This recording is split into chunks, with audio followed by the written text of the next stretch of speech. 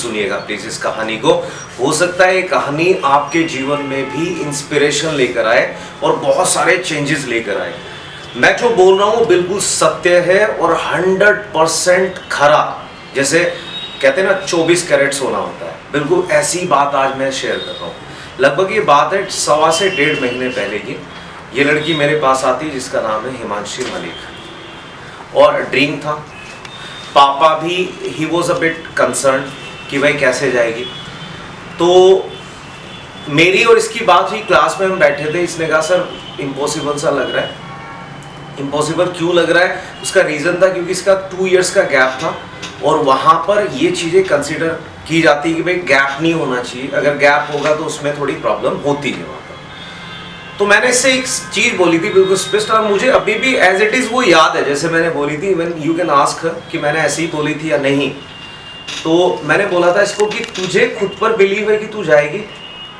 तो मैंने कहा आज से ना तू ये महसूस करना शुरू कर, you start okay feeling that. वो एक फीलिंग लेकर आ कि मैं ऑस्ट्रेलिया में ही हूँ, मैं वहाँ स्टडी कर रही हूँ।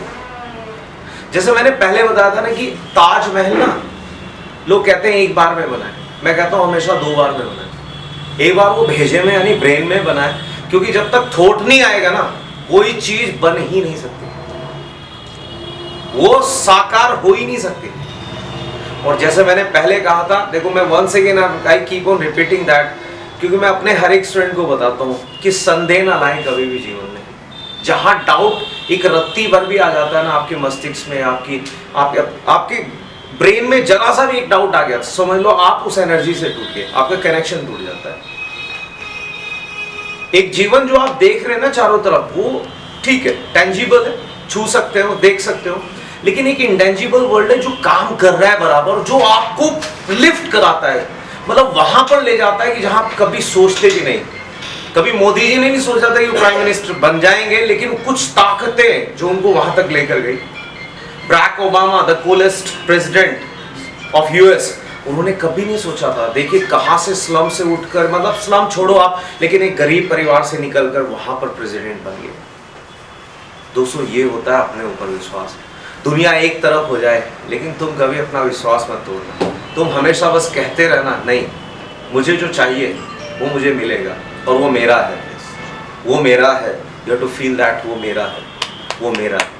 आप बिलीव, एक और एग्जांपल देता हूँ। कुछ दिनों पहले, लगभग 4 महीने पहले, मैंने बोला किसी को कि एक दिन देखना मैं इंटरनेशनली प्रेजेंट करूंगा अपने आप को। उस time there was no news, दूर दूर तक नहीं पता था कैसे होना है। अचानक मेरे पास एक मैसेज आता है कि आपको ना एक मोटिवेशनल स्पीच देना है इंटरनेशनल डिप्लोमेट्स में। वहाँ पर सेमिनार है जहाँ पर डिफरेंट कंट्रीज से लोग आ रहे हैं और तुम्हें अपना स्पीच देना है। मुझे ऑल ऑफ सडन वो मैसेज आता है, मेरे पास डेट आ जाती है। कोविड की प्रॉब्लम के बावजूद मैं वहाँ जाता हूँ, मैं सामने क्या देखता हूँ, ओ माय गॉड, ये तो वो चीज़ है जिसको मैंने पहले देखा है कहीं।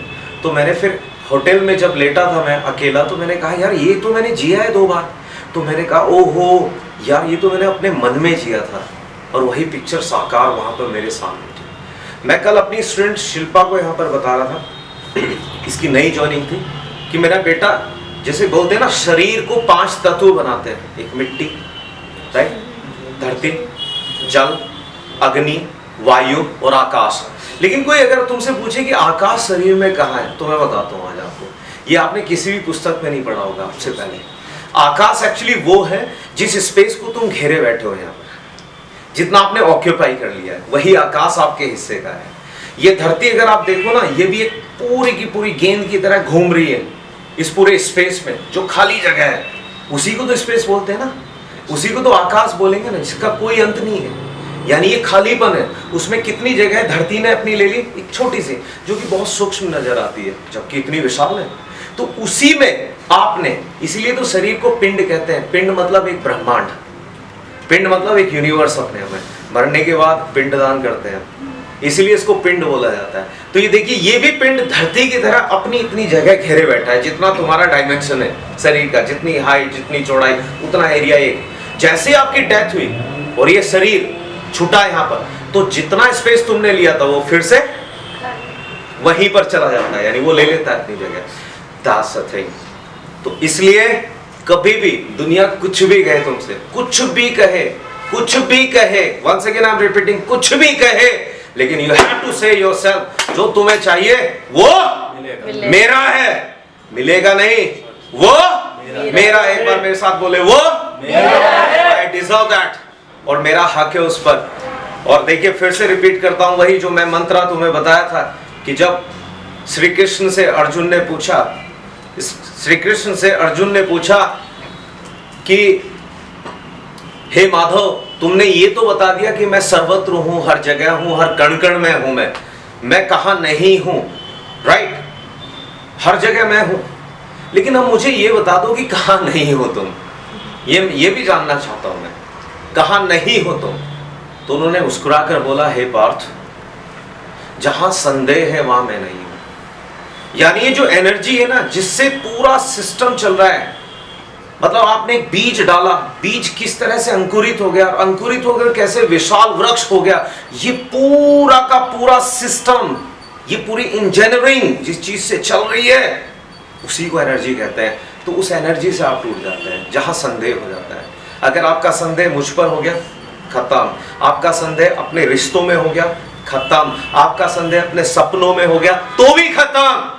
वो संदेह नहीं आना चाहिए, उसकी कोई जगह नहीं आपके जीवन में। जब आपने सोच लिया कि मेरे को ये चाहिए, तो वो आपका है, and you have to feel that. जो लोग आईएएस एंड आईपीएस बनते हैं, वो सबसे पहले आईएएस का एटीट्यूड लाते हैं अपने अंदर, वो अपने आप को फील करने लगते हैं।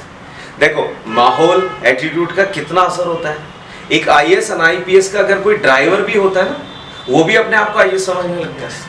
ये माहौल का असर होता है, क्योंकि वो आईएएस की गाड़ी चलाता है तो अपने आप को सफारी सूट पहनकर आईएएस समझने लगता है, कहता है हाँ काम हो जाएगा तुम्हारा, करवा दूंगा मैं, क्योंकि वो भी अपने आप को पावरफुल समझता है। दिस इज द इम्पैक्ट, यही असर होता है किसी भी माहौल का।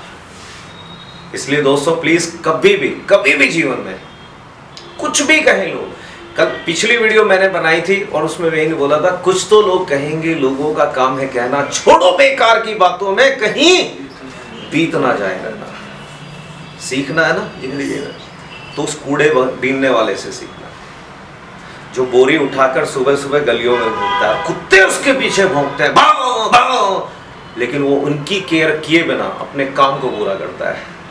और जैसे ही उसका काम खत्म हुआ, फिर अगली गली में और कुत्ते भौंक कर बैठ जाते हैं थक कर, लेकिन वो परवाह नहीं करता किसी की। इसलिए अगर आपके पीछे कुछ लोग पड़े हैं, क्रिटिसिज्म करते हैं, तुम्हारे बारे में बात बनाते हो, लकी हो, क्योंकि अपने लिए टाइम नहीं आजकल, वो तुम्हारे लिए टाइम निकाल रहे हैं। पागलो, तो तुम हो कुछ।